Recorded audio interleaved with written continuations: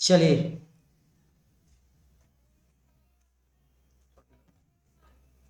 चलिए तो आज हम लोग, हेलो गाइस, कैसे हैं आप सब। तो आज आपके साथ जो है हम लोग 4 लेते हैं, चैप्टर नंबर 5 ले रहे हैं। 4 तक आपके साथ हम डिस्कस किए थे, है ना।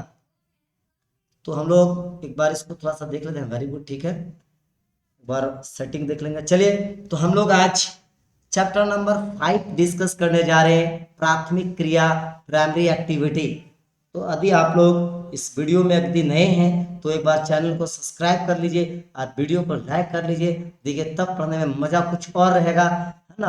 क्योंकि मैंने आपके साथ ये प्रॉमिस किया है कि चैप्टर ज्योग्राफी में, हिस्ट्री, पॉलिटिकल, सभी सब्जेक्ट में जो कॉमर्स वर्ल्ड हजारीबाग का जो यूट्यूब चैनल है वो आर्ट्स से संबंधित जो है जितने भी पेपर्स होंगे उसका जो क्वेश्चन बैंक होगा उस क्वेश्चन बैंक का वीडियो अवेलेबल करवा देगा, ठीक है।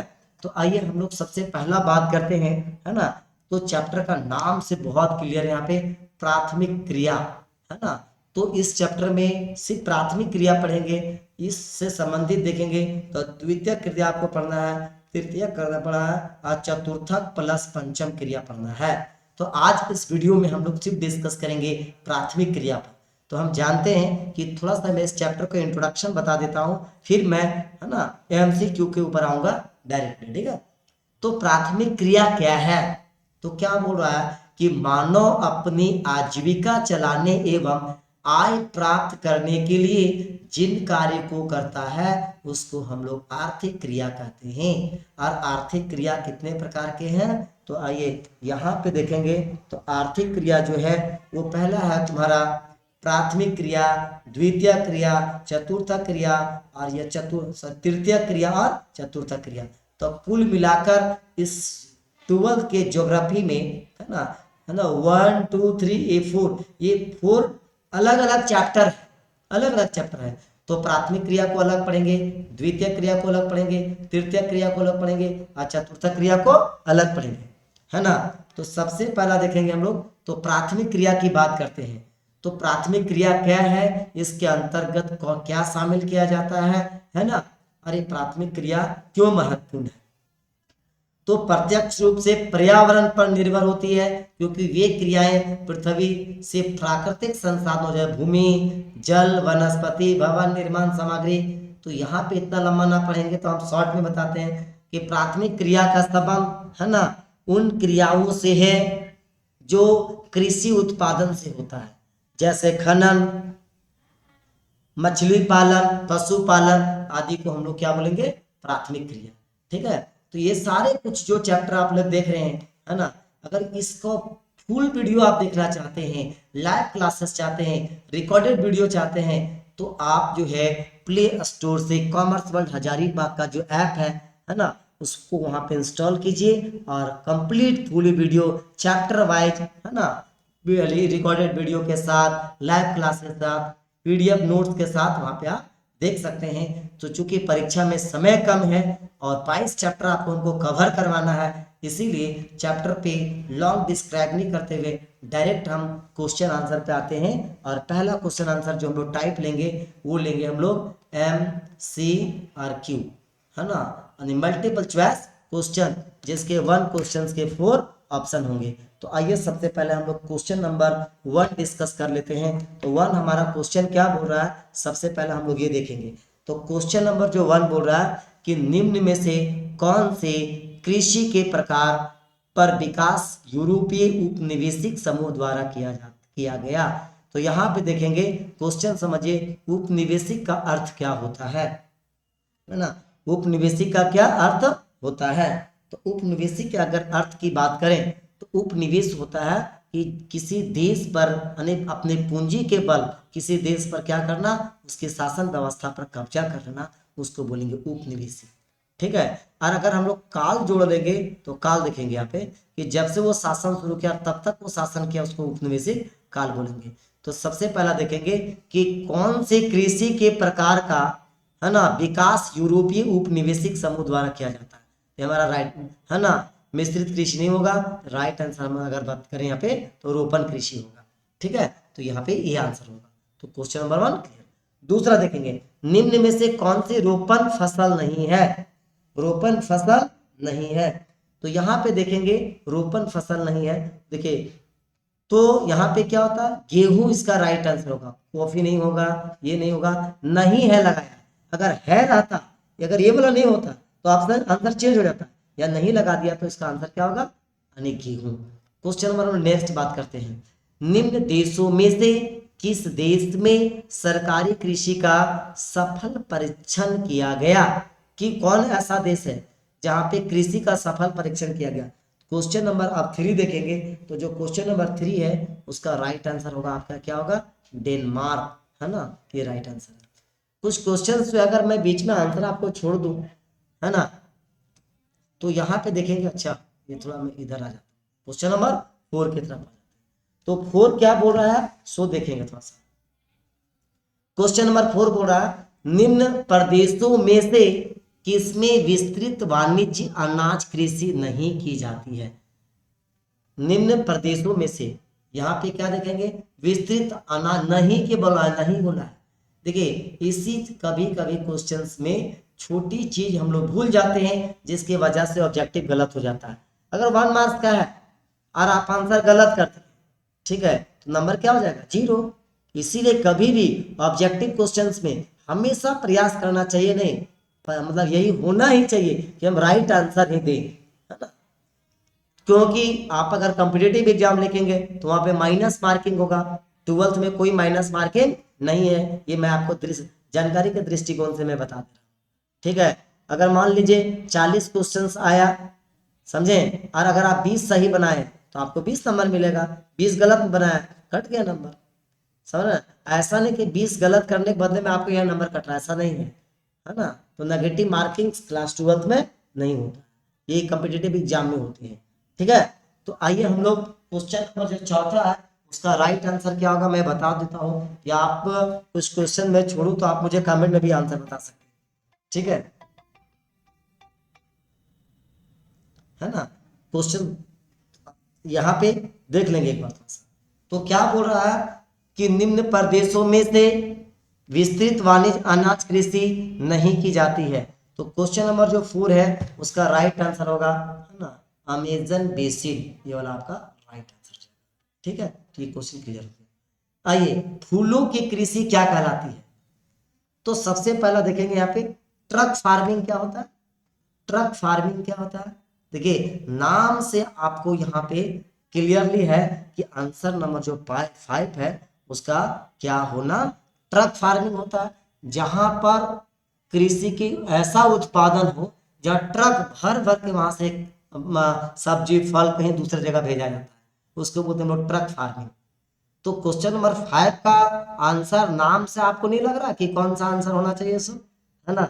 अगर आपको नाम से लग रहा है तो बता दीजिए। देखिए यहाँ पे पुष्प का मतलब होता है फूल, है ना, और फूल उत्पादन, इसका राइट आंसर हो जाएगा आपका कौन सा, घ नंबर।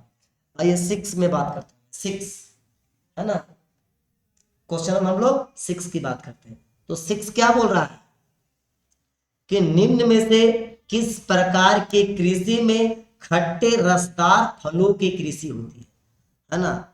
यहाँ क्या बोल रहा है कि निम्न में किस प्रकार की कृषि में खट्टे रसदार फलों की कृषि की जाती है। तो क्वेश्चन नंबर 6 में अगर हम लोग देखेंगे तो ये हो जाएगा आपका भूमध्य सागरीय कृषि। भूमध्य सागरीय कृषि जो है उसमें खट्टे रसदार फलों की क्या की जाती है, खेती। क्वेश्चन नंबर हम लोग 7 आते हैं। निम्न कृषि के प्रकारों में से कौन सा प्रकार कर्तन दहन कृषि है। कर्तन दहन समझते हैं, जैसे मान लीजिए कि आपका ये गेहूं का बाली हरी है ना, इस प्रकार का ये ऐसा लगा हुआ, ठीक है, यस। तो इसको ये काट लेंगे हम लोग, और जो ये वाला जो बचा उसको हम लोग जला देंगे, ये राख हो जाएगा, जिससे क्या होगा यहाँ पे उर्वरा शक्ति बढ़ जाएगा, एक प्रकार का ये खाद का, उसको बोलते हैं कर्तन दहन कृषि, है ना। क्या बोलते हैं उसको, कर्तन दहन कृषि। तो यहाँ पे देखेंगे तो क्वेश्चन नंबर जो 7 है, क्वेश्चन नंबर 7 की बात करेंगे तो ये होता आदिकाल निर्वहन कृषि। आदिकाल में इस प्रकार के कृषि की जाती थी। वहां पे ना एक और कृषि होता था, यहाँ पे खेती कार्य हुआ उसके बाद छोड़कर कहीं और चला गया, उसको बोलते थे स्थानांतरण कृषि। एक स्थान पर कृषि कार्य को छोड़कर कहीं दूसरे स्थान पर चल जाना, उसको बोलेंगे स्थानांतरण कृषि। ये भी आपको आंसर बहुत क्लियरली समझ में आ गया। क्वेश्चन नंबर 8 की बात करते हैं, है ना। तो 8 बोलता है निम्न में से कौन सी एकल कृषि नहीं है, एकल कृषि नहीं है, ठीक है। जहाँ एक कृषि नहीं होता तो डायरेक्ट मिश्रित कृषि होगा, वहां पे विभिन्न प्रकार के फसलों की खेती की जाती है। एक नहीं, एकल नहीं बोल रहा, ना ही शब्द लगाया है, इसलिए मिश्रित कृषि होगा, है ना। खनन की कितनी विधियां हैं, तो खनन का अर्थ क्या होता है, जब भूमि के अंदर, भूमि की अंदर यानी इस भूपटपट्टी के जो सतह है उसको नीचे खोदकर जब किसी भी प्रकार का मिनरल्स प्राप्त करते हैं तो उसको बोलते हैं हम लोग खनन, है ना। तो क्वेश्चन नंबर 9 देखेंगे, तो 9 होता है खनन की दो विधियां हैं, क्या है, एक भूमि के नीचे खुदाई करते हैं, भूमि के ऊपर खुदाई करते हैं, ठीक है। तो हमारे खनन की दो विधियां हैं। क्वेश्चन नंबर 10 देखेंगे, तो सामूहिक कृषि को, है ना, कालखूस नाम से कहा जाना जाता है, सामूहिक कृषि को कौन ऐसा देश है, देखिए ये बहुत ही इंपॉर्टेंट परीक्षा में क्वेश्चन पूछने लायक क्वेश्चन है 10, है ना। तो क्वेश्चन नंबर अगर हम लोग 10 की बात करें तो 10 क्या हो जाएगा यहाँ पे, तो सोवियत संघ जो है, अभी इसको हम लोग रूस बोल सकते हैं, है ना। तो सोवियत संघ जो है उसको हम लोग सोवियत संघ में सामूहिक कृषि को कौन सा, काल, है ना, कालक खोज कृषि के नाम से, है ना। अगला हम लोग बात करते हैं क्वेश्चन नंबर 11, सहकारी कृषि को सर्वाधिक सफलता किस देश में मिली, सहकारी कृषि क्या होता है समझते हैं सबसे पहले। तो सहकारी कृषि मतलब कृषि के वह या किसानों का समूह जिसको सरकार द्वारा या अन्य ऑर्गेनाइजेशन के द्वारा ऋण प्राप्त हो, सरकारी सुविधाएं प्राप्त हो, उनको बोलते हैं हम लोग सहकारी कृषि, है ना। तो 11 अगर हम लोग देखेंगे तो 11 का जो राइट आंसर हो जाएगा आपका ए, यानी हो जाएगा आपका ऑप्शन नंबर ए, मतलब डेनमार्क। आइए हम लोग क्वेश्चन नंबर किसका बात कर लेते हैं, 12 की बात कर लेते हैं यहां से आगे।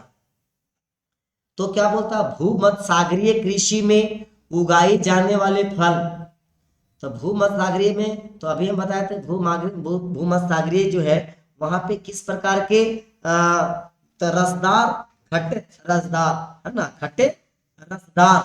तो यहाँ पे खट्टे रसदार जो है, तो क्वेश्चन नंबर 12 है, तो 12 का आंसर आप खुद भी बता सकते हैं, है ना। तो यहाँ पे अंगूर, अंजीर, जैतून का तेल, उपरोक्त सभी भूमध्य सागरीय क्षेत्रों में इन सभी का क्या किया जाता है, कृषि। रोपण कृषि में उगाई जाने वाले प्रमुख फसल कौन है, रोपण कृषि में क्वेश्चन नंबर हम लोग 13 देखेंगे, तो रोपण कृषि में देखेंगे तो ये चाय भी रोपण कृषि, गन्ना और रबड़, ये तीनों फसल होगा, मतलब जो रोपण प्रमुख फसल है, तो उपरोक्त क्या हो जाएगा, सभी हो जाएगा। अब यहाँ पे क्वेश्चन नंबर हम लोग 14 बात कर लेते हैं, तो 14 क्या बोल रहा है कि मलेशिया एवं इंडोनेशिया में हस्तांतरण कृषि का स्थानीय नाम क्या है, फिर से देखेंगे, मलेशिया एवं इंडोनेशिया में हस्तांतरण कृषि का अर्थ क्या होता है, ध्यान देना, यानी एक स्थान पर आप यहाँ पे खेती किए, है ना, फिर उसको छोड़कर कहीं और चले गए, फिर वहां पे कृषि की, फिर उसको छोड़कर कहीं और चले गए, वहां पे कृषि की, है ना, उस प्रकार को बोलते हैं हम लोग स्थानांतरण कृषि। तो क्वेश्चन 14 नंबर में क्या बोल रहा है कि मलेशिया एवं इंडोनेशिया में स्थानांतरण कृषि का स्थानीय नाम क्या है ना। तो क्वेश्चन नंबर हमारा 14 का खा हो जाएगा लंदान, है ना। देखिए बहुत ही इंपॉर्टेंट क्वेश्चन है और ये जैक में, है ना, ये पूछ चुका है ना, 14 नंबर। तो देखेंगे ये क्वेश्चन को देख लीजिएगा। हार्टिकल्चर किससे संबंधित है, ध्यान देंगे, हार्टिकल्चर किससे संबंधित है। तो हार्टिकल्चर अगर क्वेश्चन नंबर 15 की बात करेंगे तो हार्टिकल्चर जो है फल और सब्जी, फल और सब्जी से संबंधित है। ब्राजील में कॉफी का बागान को क्या कहा जाता है ना, कॉफी का बागान। अगर बात ब्राजील के करें तो दुनिया में ब्राजील एक ऐसा देश है जहां कॉफी का सबसे सर्वाधिक उत्पादन होता है ना। भारत भी है लेकिन ब्राजील जो है कॉफी के लिए बहुत काफी ज्यादा प्रसिद्ध है। तो ब्राजील में कॉफी का बागान को क्या कहा जाता है, ध्यान से सुनेंगे। तो आपके बीच 4 ऑप्शन यहाँ दिया हुआ है, ठीक है। तो इसका जो राइट आंसर होगा क्वेश्चन नंबर 16 का वो हो जाएगा आपका ये वाला हो जाएगा फेजेंडा ना, नाम पढ़ लीजिएगा। फेजेंडा जो है कॉफी के बागान को बोलते हैं हम लोग कहाँ पे बोलते हैं, ब्राजील में। आइए क्वेश्चन नंबर हम लोग 16 की बात करते हैं, ठीक है। 16 की हम लोग थोड़ा बात कर लेते हैं। निम्नलिखित में कौन सा रोपण फसल है, राई, गेहूं, मक्का, कोको, क्वेश्चन नंबर जो 17 है, अगर मैं 17 की बात करूं तो इसका राइट आंसर है कोको। तो यहाँ पे क्लियरली 17 समझ में आ गया होगा। अगर मैं 18 की बात करूं तो 18, चलिए इधर से आना पड़ेगा 18 के लिए, है ना।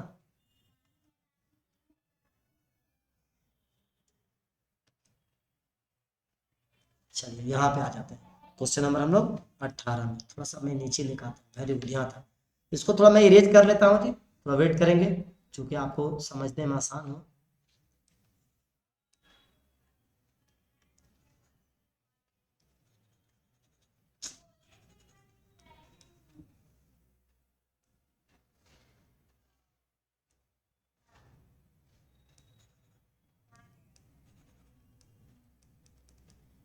ध्यान देंगे कि आप जो है एकदम बिल्कुल वीडियो के अंतिम तक बने रहिए, है ना। क्योंकि मैंने अभी बताया कि क्वेश्चन नंबर 15 तक देखें, 20-22 नहीं देकर शायद वही एग्जाम में आ जाए तो क्या होगा, बोलेंगे सर आप जो पढ़ाए इस एग्जाम में आया नहीं, है ना। थोड़ा मैं इरेज कर लेता हूँ, है ना। चलिए अब आपको क्लियरली यहाँ पे दिख जाएगा, मैं यहाँ पे फिर से कर, आइए। बोलता है संसार के किस भाग में कर्तन और दहन कृषि की, है ना, जुर्मिंग के नाम से जाना जाता है। यहाँ ध्यान दीजिएगा। तो यहाँ पे आपके पास संसार में किस भाग में दहन कृषि को, दहन दहन कृषि को, है ना, झूमिंग बोलते हैं, झूमिंग कृषि, झूम कृषि, झूम कृषि के नाम से जाना जाता है। तो क्वेश्चन नंबर जो 18 है उसका जो राइट आंसर होगा वो होगा घ नंबर, यानी भारत के पूर्वी राज्य में। देखिए भारत, पूरे भारत की बात नहीं किया, भारत के उत्तर पूर्वी राज्य में। तो उत्तर पूर्वी का मतलब समझ लेंगे, तो मैं थोड़ा यहाँ पे डायग्राम लेता हूँ। इधर क्या हो जाएगा, पूरब पश्चिम, है ना, पूरब पश्चिम, है ना। इधर हो जाएगा हमारा उत्तर, इधर जाएगा हमारा दक्षिण। तो हम लोग इधर की बात कर लेते हैं थोड़ा सा, ठीक है। तो बोल रहा है ये उत्तर पूर्व, इस दिशा की बात। इधर जितने भी राज्य हैं, इन राज्यों को, है ना, मतलब झूमिंग कृषि के नाम जो है, दहन कृषि को झूमिंग कृषि बोलते हैं, ठीक है। आइए 19 नंबर, निम्नलिखित में से प्राथमिक क्रियाकलाप कौन सा है, निम्नलिखित में प्राथमिक प्राथमिक क्रियाकलाप कौन सा है, ठीक है। तो यहाँ पे देखेंगे प्राथमिक क्रियाकलाप की बात करें 19 में, तो 19 का राइट आंसर क्या हो जाएगा हमारा, खेती। अगर हम लोग खेती की बात करें तो व्यापार तो होगा नहीं, ये द्वितीय क्षेत्र में, उद्योग भी द्वितीय क्षेत्र में, तो प्राथमिक क्रियाकलाप के अंतर्गत कौन सा शामिल होता है, यानी खेती शामिल होती है। रबड़ किस प्रकार की रोपण कृषि है, किस प्रकार की कृषि की उपज है, रोपण है कि मिश्रित है कि भूमध्यसागरीय है कि गहन है ना। क्वेश्चन नंबर 20 जो है ना, तो 20 का जो राइट आंसर होगा वो होगा आपका ए नंबर, निरूपण कृषि। 21 आइए, बोलता है बुशमैन कहाँ के निवासी है, बुशमैन कहाँ के निवासी है।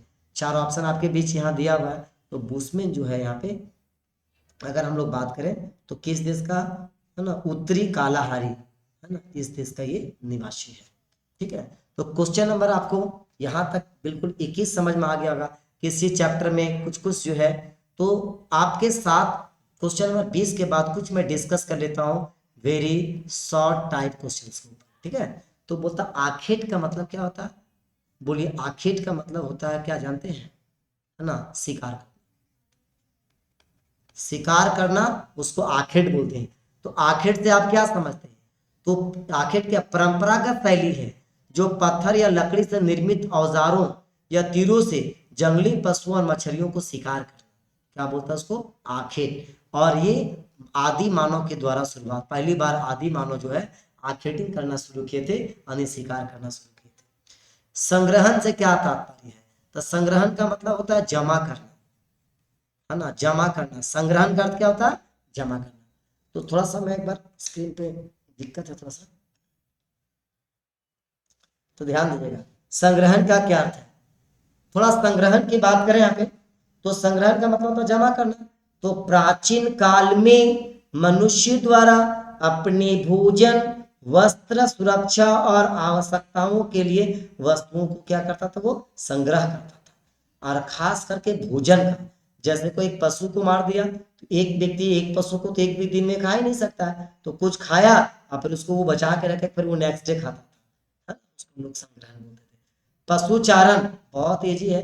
पशुचारण तो पशु को चराना, तो पशुचारण किसे कहते हैं? तो भौगोलिक परिवेश में उपलब्ध उपयोगी पशुओं को अपने भरण पोषण के लिए पालन करना क्या कहता था? पशुचारण कहता था। ये जलवायु के अकॉर्डिंग होता था, है ना। अन्य विभिन्न प्रकार के जलवायु में अपने पशुओं के झुंड लेकर जाया करते थे, है ना। जैसे बात करेंगे राजस्थान में गर्मी का अधिक मौसम, वहां पे जल का अभाव होता है, तो वहां पे जितने भी जो पशु का जो झुंड होता है उन क्षेत्रों में चला जाता है जहाँ पे जल उपलब्धता आसानी से हो, तो इस प्रक्रिया को बोलेंगे पशु चरण, है ना। उसको हम चलवासी पशु कह सकते हैं। आपके दिमाग में आया होगा सर तो इसको तो चलवासी पशु कहते हैं, है ना। तो पशु चरण का मतलब समझिएगा, यहाँ पे भौगोलिक परिवेश में उपलब्ध जो उपयोगी पशु है अपने भरण पोषण के लिए उसको, है ना, पशुओं को चराना क्या कहता था? पशुचारण कहता था।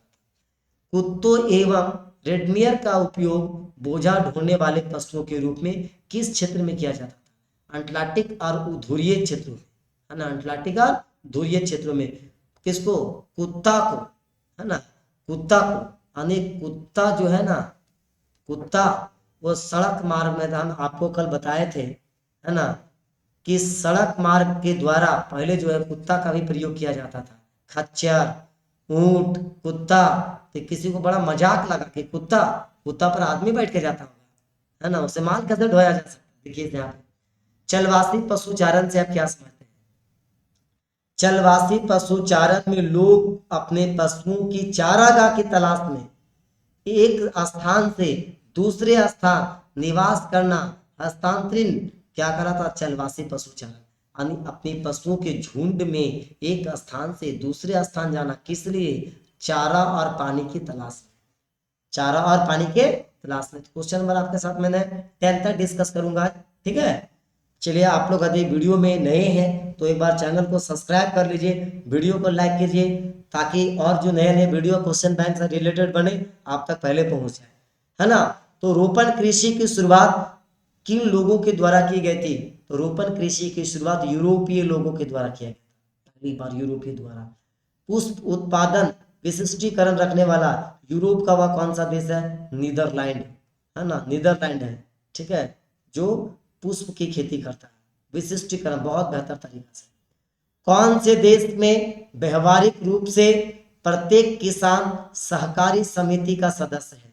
तो क्या है? डेनमार्क। डेनमार्क ऐसा देश है जो व्यवहारिक प्रत्येक किसान की सहकारी समिति से उससे जुड़ा हुआ है ना। वाणिज्य पशुधन क्या है? वाणिज्य पशुधन तो विस्तृत घास के भूमि में आधुनिक वैज्ञानिक तरीके से, है ना, व्यवस्थित क्या करना, जिसमें पूंजी का लगाकर बड़े मात्रा में पशुओं को क्या करना? पालना, और पालने के बाद उसको क्या करना? बेच देना, और उससे क्या अर्जन करना? पैसा यानी धन अर्जन करना, वाणिज्य पशुधन कहलाता है। उदाहरण, इसमें अच्छे तकनीक की जरूरत होता है, उसके बाद बड़े पूंजी की आवश्यकता होते हैं, है ना। उसमें से पूंजी के अलावा, है ना, यहाँ पे अगर हम लोग बात करें तो दूसरा क्या होता है कि किसी भी पशुओं को बड़े पैमाना पे पाला जाता है। आपने पोल्ट्री फार्म का नाम सुना होगा, पोल्ट्री फार्म का नाम सुना होगा, जहाँ पे मुर्गी आदि पाले जाते होंगे, है ना, उसको हम लोग वाणिज्य पशु बोलेंगे। भारत के उत्तर पूर्वी स्थानांतरण कृषि को किस नाम से जाना जाता है? देखिए उत्तर भारत के उत्तर पूर्वी, देखिए अभी हम लोग किए थे डिस्कस किए थे, तो इसको झूमिंग यानी झूम कृषि बोलते हैं। क्या बोलते हैं उसको? झूम कृषि। तो झूम कृषि का क्या अर्थ है? झूम झूम कर खेती करना नहीं, झूम कृषि का अर्थ क्या होता है ना? एक स्थान पर खेती करना, उसको छोड़कर किसी और स्थान पर चल जाना, वहां छोड़कर किसी तीसरे स्थान पर, यानी घूम घूम कर खेती करना, है ना? उसको बोलेंगे झूमिंग कृषि। इस वीडियो में आपको उम्मीद है कि यहाँ तक बिल्कुल समझ में आ गया होगा। अच्छा थोड़ा एक और क्वेश्चन है ना, यहाँ पे मैं इसको डिस्कस कर लेता हूँ।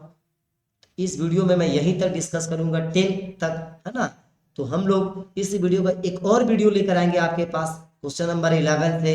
तब तक के लिए बहुत बहुत धन्यवाद। उम्मीद है कि आप इस वीडियो को जो है लाइक करेंगे, चैनल को सब्सक्राइब करेंगे, है ना। तो मिलते हैं नेक्स्ट वीडियो में, तब तक के लिए बहुत बहुत